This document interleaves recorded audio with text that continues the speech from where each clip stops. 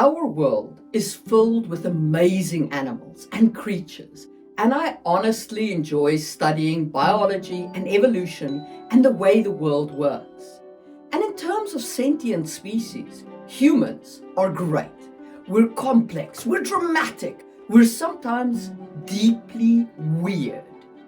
But in fantasy and science fiction, limiting ourselves to just humans or just creatures found in our world is like painting with one color. We are writing in a speculative environment. Why would you hold yourself back from all the tools available to you? So in this episode, the first in our new series on creating fantastical species, we will explore why fantasy and science fiction creators design non-human species, as well as non-Earth fauna and flora. We'll talk about how these creations expand storytelling, how they embody metaphysics or themes, and sometimes how the rule of cool is enough in and of itself. Welcome to another episode of Just-in-Time Worldbuilding with your host, Marie Mullaney.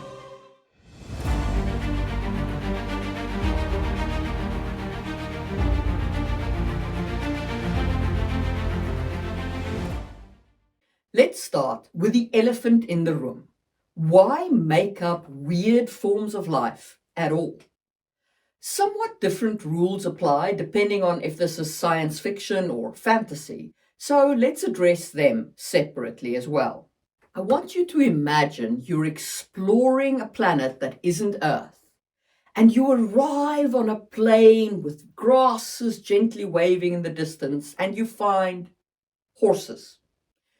Just sitting there, being all horsey. How did they get there? Why would an alien planet follow the exact same evolutionary path that gave us four-legged grass ruminants with solid hooves? It feels a little odd, doesn't it? In science fiction, you often do need to build your entire ecosystem from scratch. Readers expect that. You're playing in a rational framework even if the tech is advanced or the setting is speculative. So, if there are horses or humans or other Earth-like creatures, there should be some kind of reason for it in science fiction. The reason doesn't have to be front and center. In Star Trek, for example, it was explained much later in the franchise. In Stargate, it's the gate system that allowed human and animal life to spread across multiple planets. But the key is this: sci-fi readers expect either some kind of explanation for Earth-based life or completely unique ecology, and that's why you need to build it that way. Now, fantasy has somewhat different rules. In a fantasy world, no one expects you to explain why horses evolved.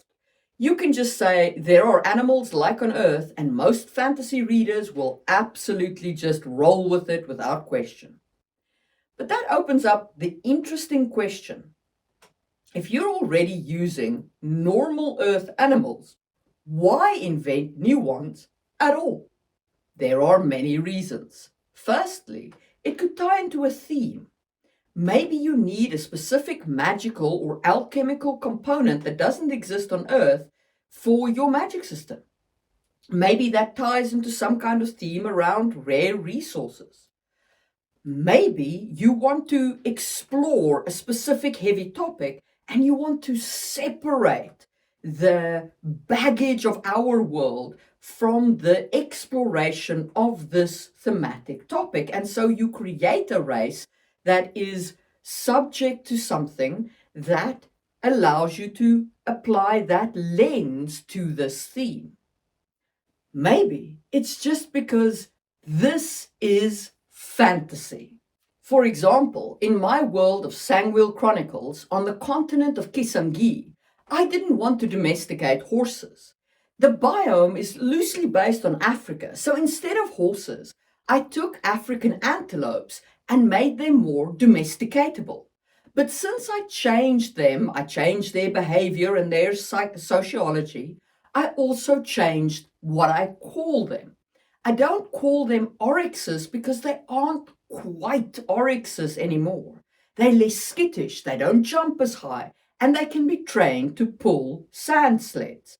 I didn't call the bigger antelope elands because they're not quite elands, and so on. Now, why didn't I just use horses? Well, I did it partly because I want a distinct feel on Kisangi. I want Kisangi to feel weird and different, a place where the familiar has been tilted. Because that is part of the fantasy promise.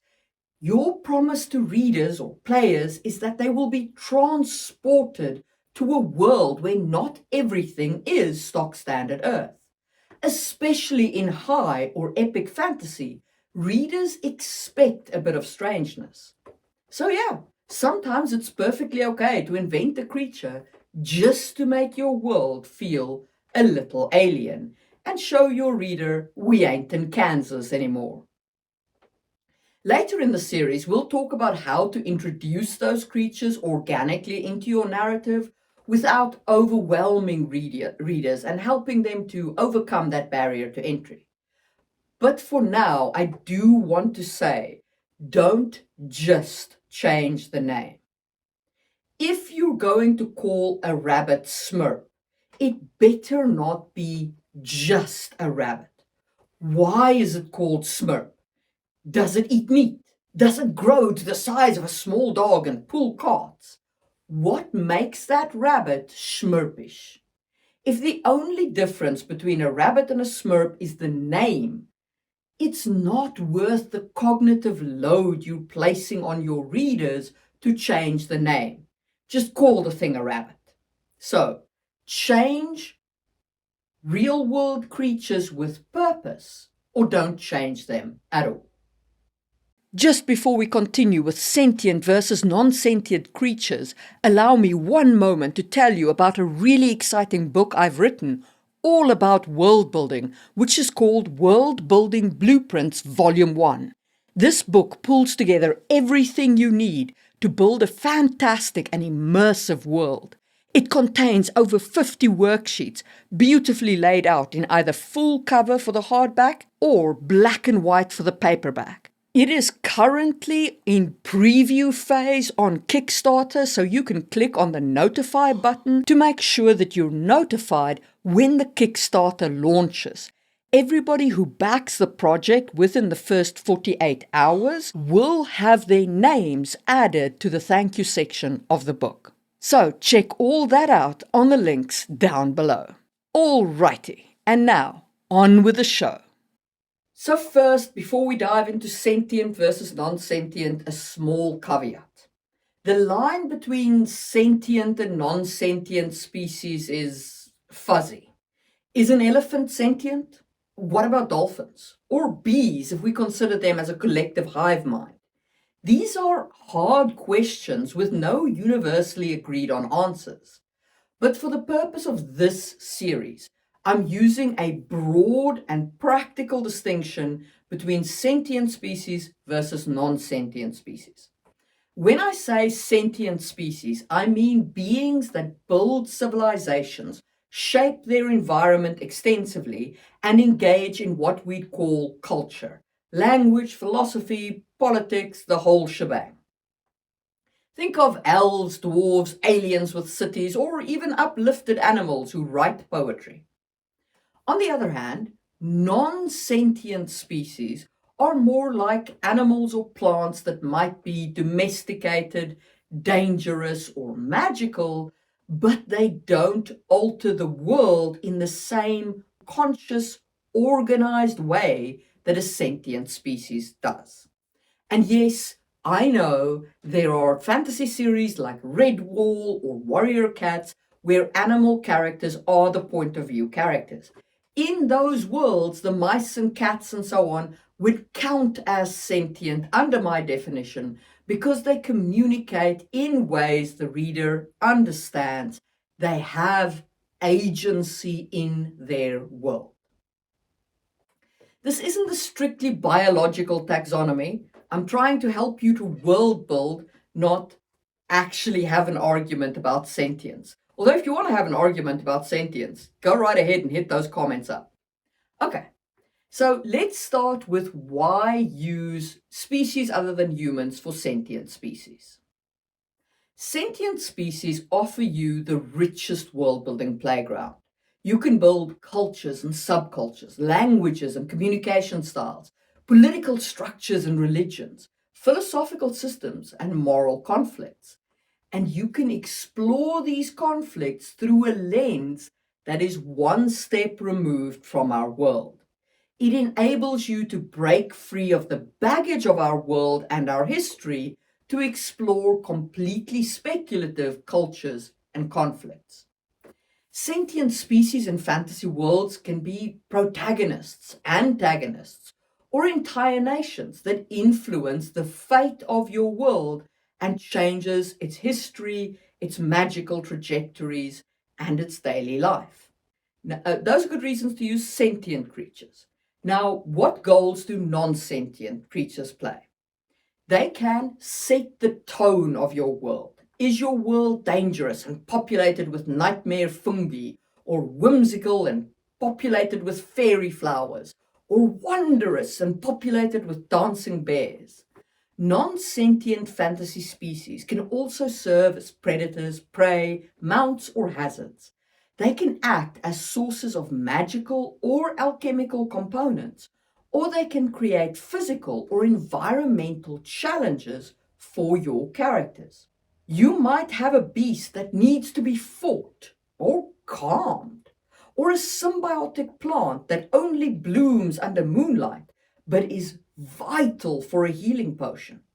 These kinds of species make your world feel real and functional, but still other. And don't forget, sometimes it is enough for a species to exist just because it's cool. Not everything has to have a deep theme attached to it. Sometimes you can just create fantasy because it's fun. Okay, so let's explore the role that non-human sentient species play in a little more depth.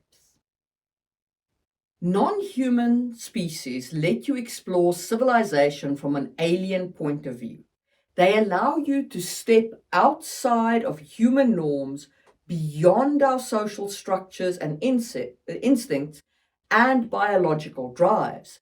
And that can lead to fantastic narrative tension.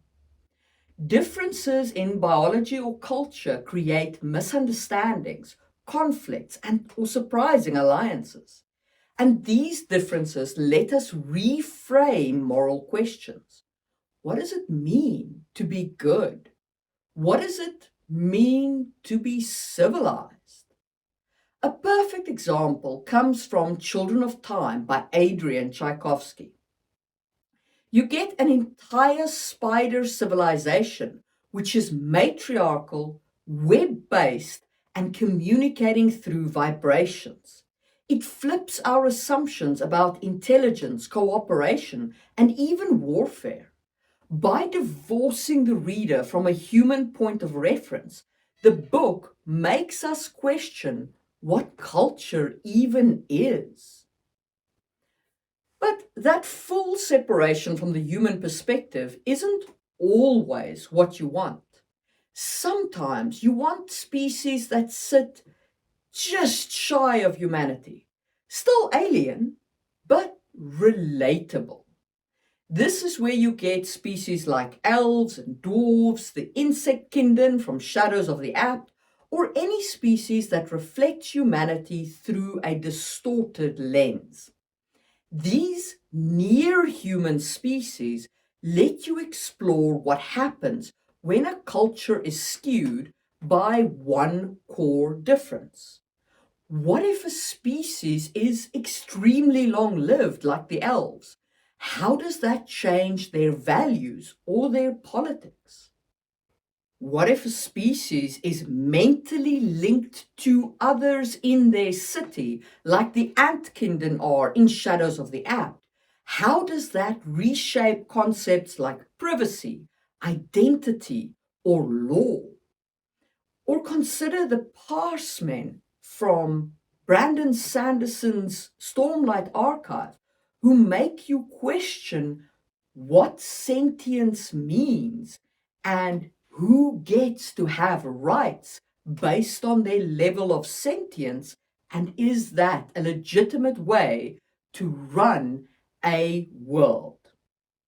For more details on world building for science fiction versus fantasy and a deeper exploration of that topic, check out my interview with Adrian Tchaikovsky, linked in the information cards. Beyond biology and culture, species can also represent themes and metaphysical truths. They can express fear of the unknown, the allure or danger of nature, divine punishment or cosmic cycles, or even the structure of reality itself, time, dreams, memory, and emotion. Tolkien is the classic example here.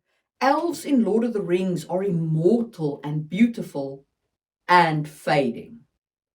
They represent loss, the loss of memory, the loss of magic, the loss of our connection to nature. Orcs, by contrast, are twisted mirrors. They embody corruption, the violation of nature, and the destruction of choice. It's not just race design, it's metaphysical storytelling. Catherine Kerr does this beautifully in her Devery series as well. Each species is tied to an element. Elves are people of air, humans are people of ether, Horskin are people of fire, and dwarves are people of earth, and Selkies are the people of water. Each elemental link shapes how those people engage with the world and with each other.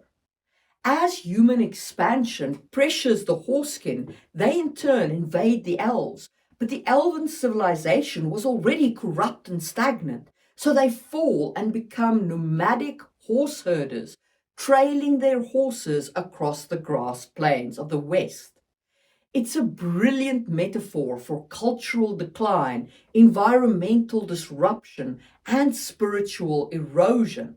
And the whole concept is made even more fascinating by Catherine Kerr's use of reincarnation.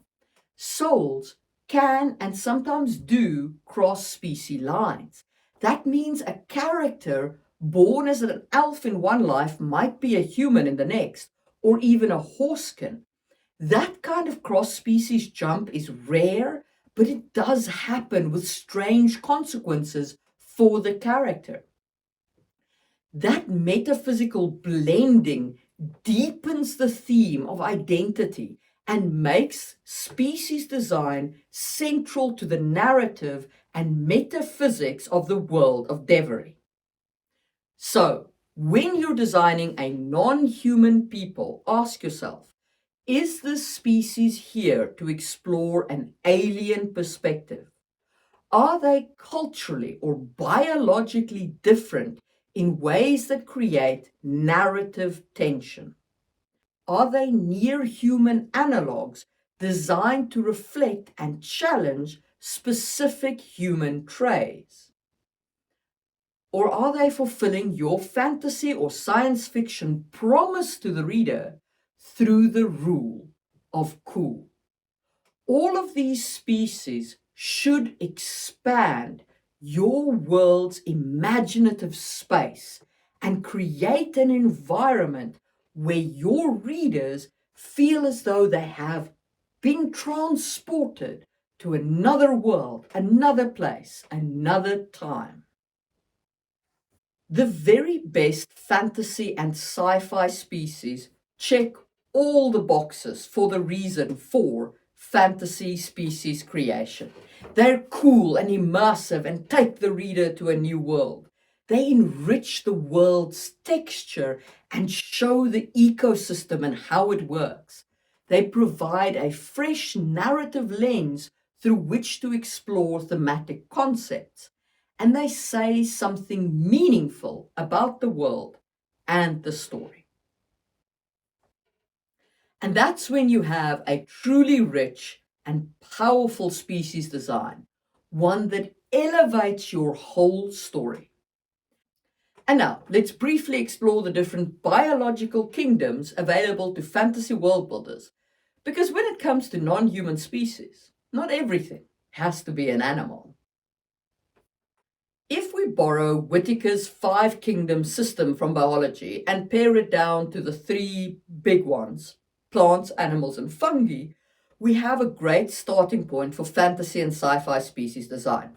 Now look, you can go and build eukaryotes and so on, but if you're going so deep that you're building eukaryotes, you probably already know what you're doing. Carry on, For most people, using the 3 kingdoms will help ensure that you're covering the full spectrum of life, not just the very obvious stuff. Okay, let's start with animals. This is the kingdom that most world builders default to. You've got your predators, your mounts, your symbiotic partners, your familiars, and your mythical beasts. And don't forget that insects are also animals. Insects are tragically overlooked, in my opinion, in fantasy, and that's just sad. I made a whole video about using insects in world building. You can check that out in the information card. Animals are great. I love them. But they're only the beginning of the weird, the wonderful, and the immersive. Do not stop there. Next up is the plant kingdom. Fantasy plants can be so much more than walking trees. Yes, Tolkien gave us Ents. Yes, they're iconic. No one's arguing that. But your plants don't have to move at all to be interesting or even sentient.